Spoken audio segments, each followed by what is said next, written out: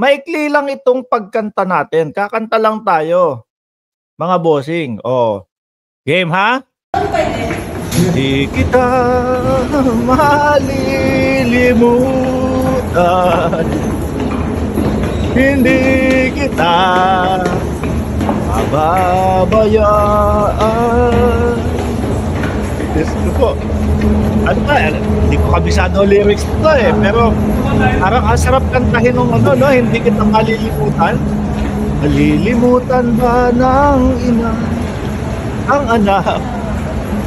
Nagali. Ang hirap, mga kababayan. Pero ayan, no? Boss, ano nangyari?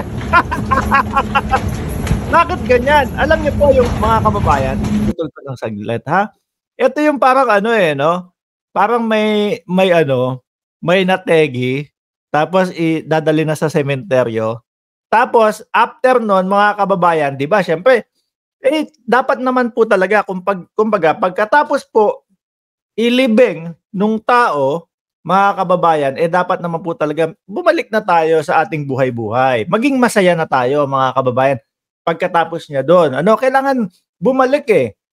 Yung nakita ko, habang pinapanood ko itong video na to, mga kababayan, ni Morales na naglalakad doon sa kanyang ano, sa patutunguhan niya, ayoko sabihin nito, bad yun.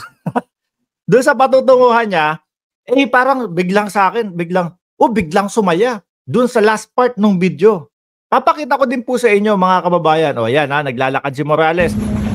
Hindi kita mali. Huwag niyo munang ipasok! Huwag niyo munang ipasok! Ayun, ipinasok na. Huwag niyo munang ipasok. Magpapaalam pa ako. Oh. Question please, hanggang kailan makukulong si Kalbo? Pansamantala lang naman din po yan, mga kababayan. Pero yung isa po, no, isa sa topic natin, kay James Kumar, ayun, tingin ko medyo mahaba-haba po yun, mga kababayan. O, tuloy natin. O, Kumar, Morales, sabi nung kumpare ko, pwede ko bang examinin yung cup mo, Ninong? Parang peke kasi. Naku po! Ito, nakakatakot dito eh. No, kay Papa P eh. Kapitbahay ko lang po ito, mga kababayan eh.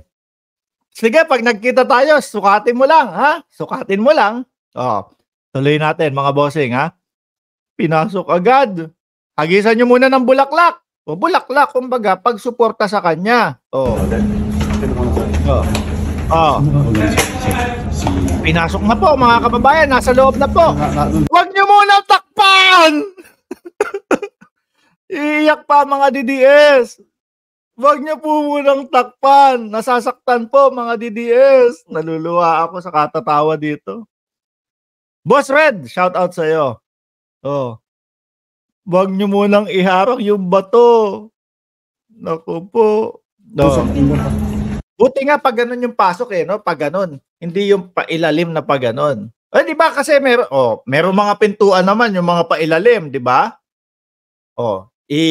Iikot-ikot yung pag ganun. Yung alam nyo na, mga kababayan, buti ang pagpasok sa kanya pag ganun. Umiiyak si Badong. Sino ba yung Badong na yun? Eto lang. Attorney Badong, pwede ba? Yeah. Sir, mamaya na po sir, itatanong muna natin ha. Mamaya na. Anuhin muna, kumbaga, may aayusin lang saglit. Ano po, saglit lang. Tumatawag yung kapatid natin sa Jake Magnus. Ano na sir? Okay, sige. Thank you sir.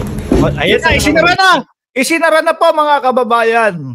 Syempre, kapag kasarap po, mga boss chief amo sir, kailangan bumalik na po tayo sa kanya-kanya nating buhay.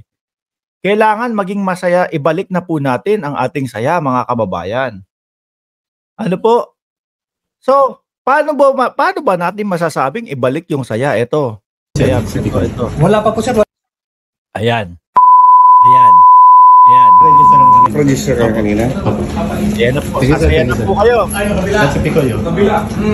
Nandito siya. Ayan ang pampasaya, mga kababayan. Di ba? Si boss. Sabi nga niya naman kay Bato, Sir, paulit-ulit ko nang sinabi. Yan ang katotohanan. Bakit ayaw mo bang maniwala, Bato? O, di ba?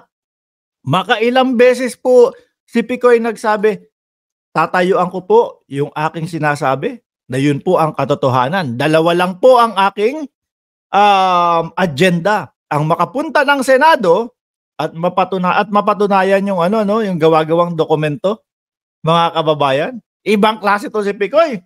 Oh. Sa lahat po, mga kababayan, nang na-contempt, no? Si Picoy po ang unang nakita ko na masaya, mga bossing.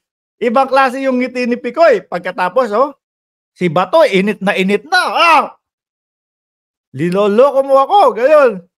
Inuuto mo ako. Boss, hindi po ako yung umuto sa inyo. Si Morales po at yung isa. O, di ba? Galit na galit si Bato, nagiinit, mga kababayan. Pagkatapos, sabi, I cite you in contempt for lying. Ginanon, inis na inis si Bato Sabay binanata ni Picoy. Okay po, Your Honor, may bag na po. May bag na po. Ayan nga, may bag nga, May bag na po ako, Your Honor. May bag talaga. Ready. Mga kababayan. Di lalong naasar talo si Bato. Pagkatapos po noon, mga kababayan, habang si Picoy naman, habang si Bato, sabi, pak.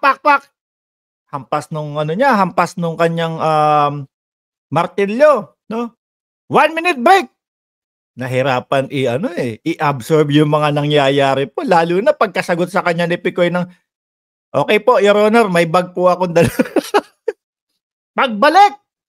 Pagbalik ng Senado, 1 minuto makalipas, nung in-stop ni Bato. Bakita nyo, si Picoy nagmumukbang na doon, kumakain. Sabi ko, ako naniniwala talaga ako dito kay Picoy, na ang tanging layunin niya makapunta lang talaga ng Senado. Yung unang araw na nagpunta siya ng Senado, mga bossing, siguro sabi niya, ang sarap pala ng kape dito sa Senado. Ibang klase. Sana may laging pahiring si Bato. May mga ganitong pahiring na magkukuha ka lang ng mga dokumento, gawa-gawa, at tapos makakapunta ka na. Masarap pa pagkain. Nagmukbang! Sabi ko, Boy Scout tong si Picoy. Boy Scout tong si Picoy. Kasi laging handa mga kababayan Handang-handa po. May bag. Tapos hindi man lang naantig ni Bato de la Rosa, samantalang yung mga DDS, nag-iiyakan na po. Si Picoy, chill lang, kumakain. Sabi ni Joshua Estrada, si Picoy lang ang magpapatigil kay Senator Bato, Boss Mark. Oy, tama po, mga kababayan. Ibang klase. Diyan po natin nakikita, mga bossing, Chief Amo Sir, natatawa tayo, nakakatawa pag pinapanood, nakakatawa kapag nakikita natin, pero ang katotohanan po, sa likod ng mga ganitong pagpapatawa po sa Senado, mga kababayan, kabad ng bayan ang unti-unting nauubos. Dahil po sa mga walang katorya-torya na mga ganitong mga hearing po, mga bossing. Biruin mo, dokumento na tawag doon? Pineke lang. Umabot ng Senado, nagsayang ng 1, 2, 3, 4. At take note, hindi man diretsahan sinabi ni Tobats na merong na mayroong pang-5 hearing, pero may extension. Di ba? Ganun din yun. Sino-sino po ang mga dadalo pa din, mga kababayan? Nandun pa din ang PIDEA. Nandun pa din si Bato. Malamang nandun pa din po si Senator, hindi na Senator Chis. Si Senate President Chis Escudero. At ang pro tempore na si Jinggoy Estrada, lalong nabwisit na po, mga kababayan, ang mga ang mga makabagong dilawan. Makabagong dilawan, yun po yung mga DDS na po. Same lang po, mga kababayan. Hindi lang formal sinabi na meron pang 5 hearing, pero ganun din po yun Same po ng gastos. Parehas lang din pong mauubos ang kaban ng bayan, unti-unting paubos ang kaban ng bayan. Parehas po ng dami ng taong a-attend, parehas din po ng ang dami ng mapeperwisyo po. No, isinisiksik pa rin ni Morales na imbitihan. Yan din po ang isa sa naiisip ko, EWFS, kung bakit isinisiksik yung pang-5 hearing. Ano po? Kasi, umpisa pa lang, sabi ni Bato, hindi dumating si James Kumar eh. So malamang may pang-5 hearing tayo. Yun na nga po ang sinasabi ni Senate President Chis Escudero. Mga kababayan, hangga't may pinapatawag na tao, hindi matatapos itong hearing na ito. O, di ba? Kasi po hindi pa nila naisisingit, no?